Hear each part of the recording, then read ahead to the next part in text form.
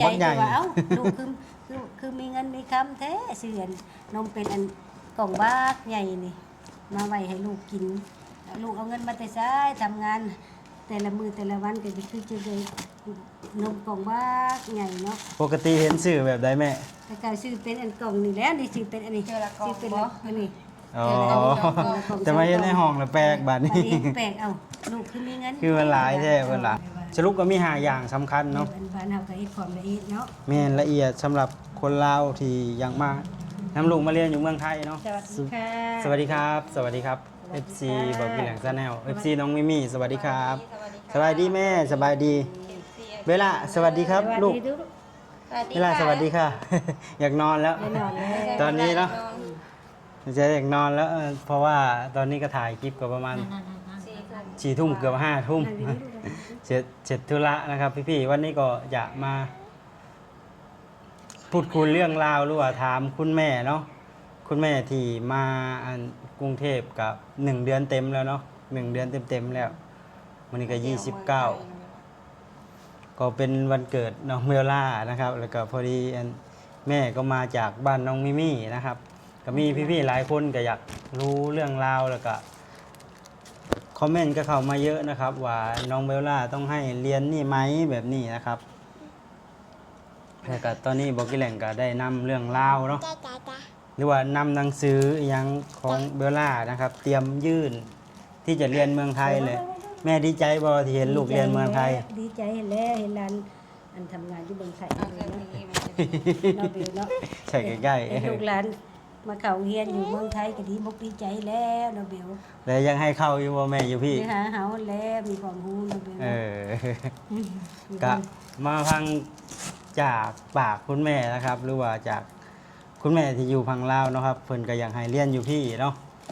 แล้วก็มีพ่อตาอยู่บ้านก็อยากให้เรียนอยู่ที่นี่นะครับก็มีพี่ๆ FC หลายคนก็อยากให้เรียนกันเลยวันนี้ก็จะมาเรียนนะครับแต่สิ่งที่แม่มาห้องบอกกิแหล่งเนาะก็เพิ่นตกใจเนาะเพิ่นบ่เคยเห็นนี่คืออันนี้นะครับพี่ๆนมบ่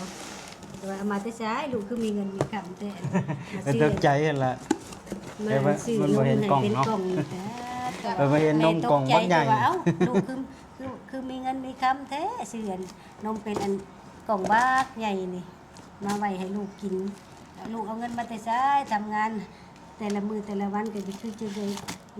นมกล่องบากใหญ่เนาะปกติเห็นสื่อแบบใดแม่แต่การซื้อเป็นอันกล่องนี่แล้วนี่ซื้อเป็นอันนี้ซื้อเป็นอันนี้อ๋อจะมาเห็นในห้องแล้วแปลกบาดนี้แปลกเอาลูกคือมีเงินคือมันหลายแท้เพิ่นล่ะมาแต่ใช้อันนี้คือโรงเรียนเพิ่นแจกนมให้น้องแบงค์ที่มาเข้าโรงเรียนก่อนอันนี้เพิ่นแจกนี่เป็นแก๊สใหญ่เลยนะแม่นี่ให้ยิ่งให้พี่ FC ดูก็กล่องประมาณเท่าใดจุดเป็นเอาให้เป็นกล่องหรือบ่เป็นเดือนหรือเป็นที่จะหายอันนี้ช่วงปิดเทอมที่แล้วเพิ่นให้มาเดือน1ก็ดีมกดีใจเลยเนาะคนที่ว่าเดือน1ก็ให้ให้นับสนุน48ป้าแต่แม่48กล่องคือว่าเพิ่นสนับสนุนลีโลเนาะในโรงเรียนนี่ถ้ากล่องถ้าสมมุติว่ากล่อง10 บาทนี่ก็สมมุตินะถ้า10 บาทนี่ก็ลูกซื้อเองเนาะเกือบ500แล้วแม่ยายมาเห็นก็ดีมกดีใจแล้วดีใจนะกินนี่เนาะเพิ่นสนับสนุนอันนี้เพิ่นก็ได้นี่ดีใจแล้วเดี๋ยวว่าลูกซื้อมาทีนี้โอ้ยลูกคือเอาเงินไปใช้เพิ่นว่ากลับบ้านไหมเวลากลับบ้านนะแม่ยายไหมไม่กลับเลยนะเบลติดแล้วเวลาม่วนบ่จะเก็บม่วนบ่อยากไปเข้าโรงเรียนกับพี่แบงค์ใช่ไหมใช่ค่ะไปไหมไม่ไปหรือไม่ไปเบลไปบ่ไปเอ้าเก่งหัวไปบ่ลูกเบาดีๆไปนั่นน่ะเว้าได้มั้ยไปดิไปลูกไปอายแล้วเบลอายแล้วเวลา5 ขวบเนาะจนแบงค์นี่เพิ่นถามเขาเวลาเป็นลูกข่อยบ่เพิ่นจะเป็นลูกข่อยบ่แล้วก็บ่ได้มีแต่นมแบบนี้ได้แม่โรงเรียนที่เมืองไทยนะมีอย่างเดียวเพิ่นมากินก็คือมื้อนี้ก็สิมาให้แม่ได้เห็นได้ฮู้ได้เห็นนะครับแล้วก็คันว่าง่ายๆบ้านภาษาบ้านเฮาก็ตาสว่างเนาะฮู้จักว่ามีหยังแน่ก็คือไปโรงเรียนก็ผากไว้นำคุณครูอยู่โรงเรียนได้แม่บ่ได้บ่ครูเป่าบ่หยังบ่จังได๋คุณครูเพิ่นเผาให้นั่นบ่จะ เวลาผักเที่ยงผักหยังนี่ก็คือ เพิ่นดูแลดีบ่ เพิ่นดูแลบ่ได้กลับเมื่อกินข้าวอยู่เฮือนคืออยู่บ้านเฮาได้ บ้านเฮาก็เลิกแล้วก็เก็บไป เลิกแล้วครับเมื่อเฮือนไปเฮือนมัน แต่ว่าเพิ่นก็ดีอยู่ครูบ้านเฮาก็ได้แต่ว่า อ่า เพิ่นก็บ่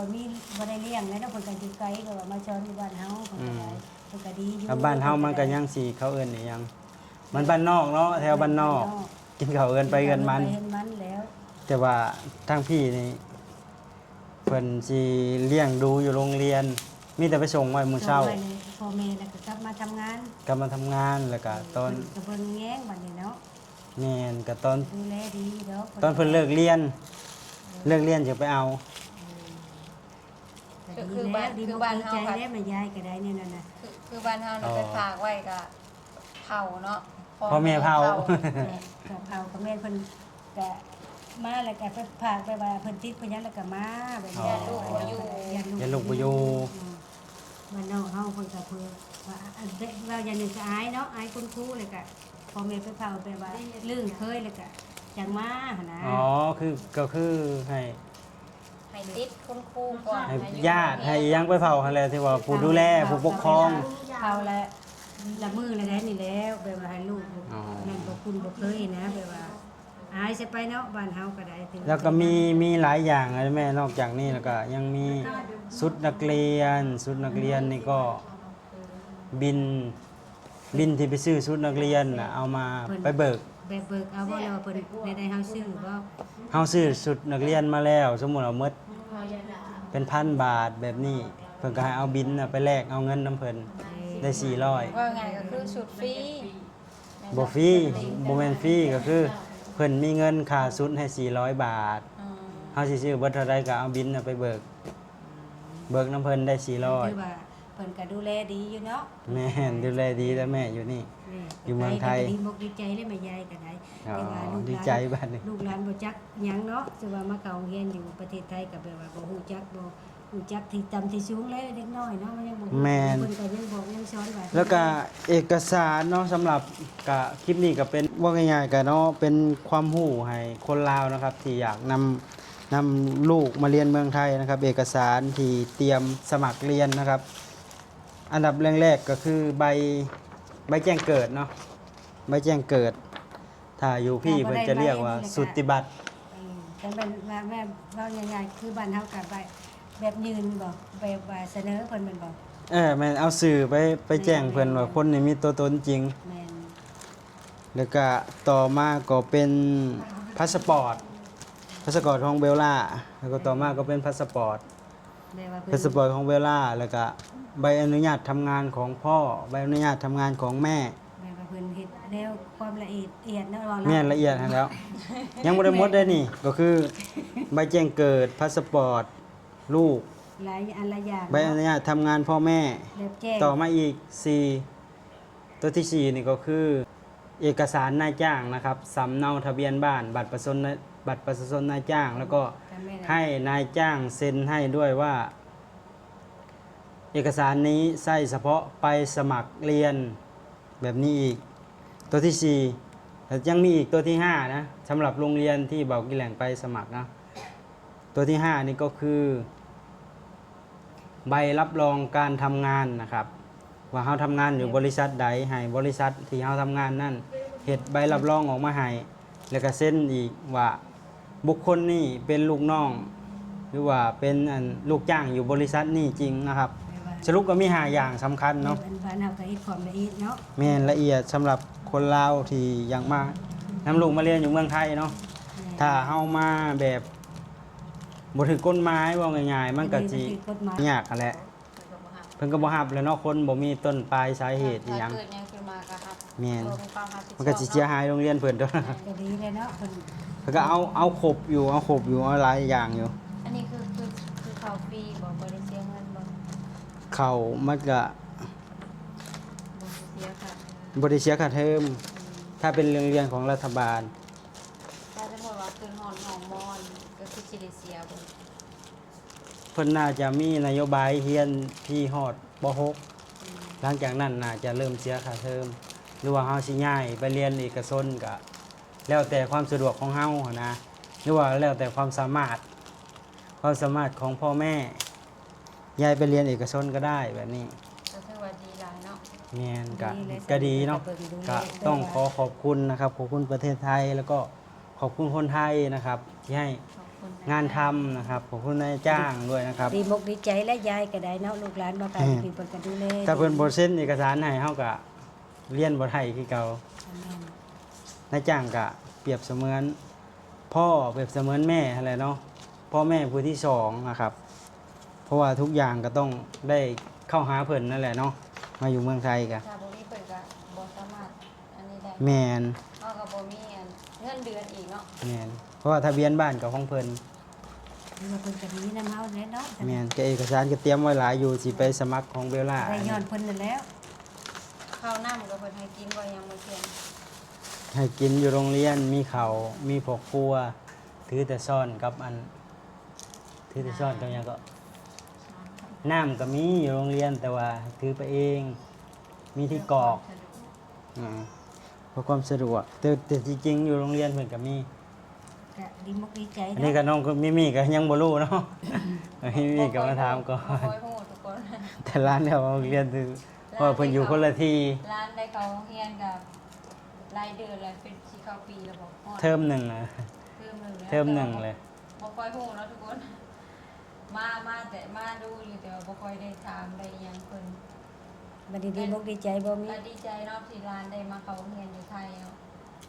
ได้เก่งๆเนาะ เพิ่นก็รับเอาเนาะแบบว่า แต่สิ่งสำคัญอีกก็คือเฮาต้องหาเวลาแหละเนาะ มันต้องมีเวลาไปหลับไปส่งลูกแบบนี้ ถ้างานมันแบบเลิกดึกแบบงานยากก็สิบ่สะดวกเนาะ แม่สิบ่สะดวกอะไรสมมุติว่าเข้างานจัก2 ทุ่มเลิกไปอันนั้นครับสิบ่มีเวลาอีกแล้วเนาะ ถ้านั้นน่ะก็ต้องขอเปิดไปเนาะขอจะนายเลยเนาะ แต่ทำงานกลางคืนนี่ก็ยากอยู่ แม่นมันบ่มีเวลา ก็คือคลิปวิดีโอนี่แม่มียังอยากถามยังเพิ่มเติมบ่ บ่มีหยังแล้วดีว่าลูกหลานเพิ่นว่า เอาเวจำได้ก็ดีมกดีเจอแล้ว ดีใจเนาะก็คือเพิ่นให้หลายอย่างเนาะ หลายอย่างนมเล็มเพิ่นก็เล้งก็ถือว่า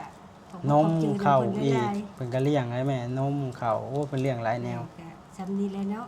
ก็ดีมกดีเจอแล้วผู้เป็นใหญ่ ฟรี ก็ได้ลูกหลาน เห็น ไป ก็ หา เห็น โรง ฟรี เรียนก็ได้ เนาะ นี่นมกับนมโรงเรียนสนับสนุนโดยรัฐบาล อยู่บ้านเฮามันก็เป็นบ้านนอกเนาะถ้าอยู่ในเมืองก็สิมีคือกันนะเนาะ แต่คุณครูประจำชั้นเป็นยังชื่อมาชื่อยัง อ๋อครูประจำชั้นแม่นบ่ได้จากของรัฐบาลอย่างเดียวนะ มันมีบางช่วงนะครูประจำชั้นเพิ่นก็ซื้อมาแจกด้วยนะ นี่ก็ คือว่าดี ซื้อมาแจ ถือก ว่าดีสำนั้นแหล้วเพิ่นก็ได้เนาะ บางบาทบางที่ก็มีเป็นเทศกาลเป็นอะไรต่างๆ แบบนี้แม่ก็มีเป็นเทศกาลวันพ่อวันแม่ก็มีคนมาแจกของเนาะแม่ เพิ่นมาบริจาค มีบริจาคมาทำบุญว่าง่ายๆก็ คือลงทานเนาะ เพิ่นรวยแล้วเพิ่นมาทำบุญให้โรงเรียนแบบนี้เพิ่นทำบุญให้เด็ก ความดีเพิ่นเนาะ ๆ ความ มีเด้เพราะว่าเพิ่นรวยหลายคนน่ะนะ เพิ่นก็มาสนับสนุนนักเรียนเนาะแบบ แม่ มาเลี้ยงมานั่นเบิ่งโอ้ก็ดี มาเลี้ยง ดีใจได้สำนี้เนาะถือว่าเพิ่นเอานมให้สำนี้ก็ยังว่าดีใจเลยนะ กล่องบางอย่าง ก็บ่ใหญ่ 48 แต่ว่าลูกคิดว่าลูกซื้อเอาเองบ่ 48 ลูกไปทำงานก็ได้ซื้อนมมาไว้ให้ลูกจำนี้โอ้ก็ดีใจแล้วบ่ได้พะ แต่เก่าคือบ่เคยเห็น บ่ หรอ แล้ว วะ บ่เคยเห็นได้เพราะว่าอันได้ครูแจก นั่นคือแจก แม่ก็ดีมุกดีใจแล้วลูกหลานเขาเรียนก็ได้ เอาโอเคสำหรับคลิปวิดีโอนี่ก็บอกพี่แหล่งกับคุณแม่แล้วก็น้องมิมี่ก็ขอจบคลิปเพียงเท่านี้นะครับ พี่ๆก็สอบพี่ๆสามารถพูดคุยทักทายผ่านคอมเมนต์ได้เนาะพวกเขาก็อยากพาแม่ไปเที่ยวหลายๆแต่ตอนนี้ก็ทุกคนก็ทำงานไทยงานมันนั่นแหละเนาะถ่ายคลิปหลังเลิกงานมันก็ยากๆหน่อยนะครับพี่ๆ ขอบคุณพี่ๆที่แนะนำสถานที่เนาะที่สิช่วยๆ แม่น งามๆ ก็อยากไปเนาะอันนี้การคือแม่ไปมื้อก่อนก็ยังมีหลายบ่อนงามกว่าหั่นได้แม่ เป็นอะไรแม่ความรู้สึกที่ได้ไปพาลูกๆได้พาไปเห็นความเจริญ ดีมุกดีใจเนาะ ดีใจ ไปว่าเห็นเมื่ออหยังก็ได้ลูกพาไปเบิ่ง ยังบ่เบิดได้แม่ยังงามกว่าหั่นอีกก็มีได้ มีบ่ หวาย แล้วแต่สถา ได้ น เว ที่ ลา เนาะ เลยพากันไปเบิ่งอีกเนาะบัดนี้พาแม่ไปเบิ่งอีก แม่ยังอยากไปเบิ่งอยู่ได้ จะ เนาะ ได้แม่กลับบ้านป้าได้จังหน่อย พอเห็นหลายอย่างแล้ว แม่ เนาะ เพิ่นก็ใช้วีซ่าอยู่60วันเนาะ แม่อยู่ได้เกือบ2 เดือนนะทุกคน เกือบก็2เดือน สองเดือน 2เดือนเต็มเลย60วันก็สำหรับคลิปนี้ก็บ่มีหยังหลายเนาะก็จะพาพี่ๆรับส้มสำนี่แหละเนาะเจอกันใหม่คลิปหน้านะครับ สวัสดีครับ สบายดีสวัสดีค่ะ สบายดี ง่วงนอนเลย